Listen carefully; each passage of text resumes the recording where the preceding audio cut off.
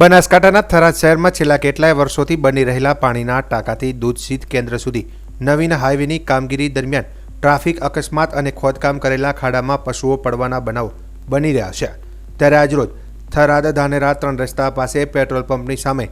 એક નંદી હાઈવેની ગટર લાઇનમાં ફસાઈ જતા જીવન મરણ વચ્ચે ઝોલા ખાતો હતો।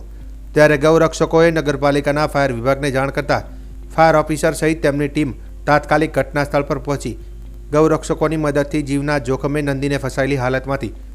બહાર નીકાળ્યો હતો અને ખુલ્લા વિસ્તારમાં છોડી દેવામાં આવ્યો હતો। આ અંગે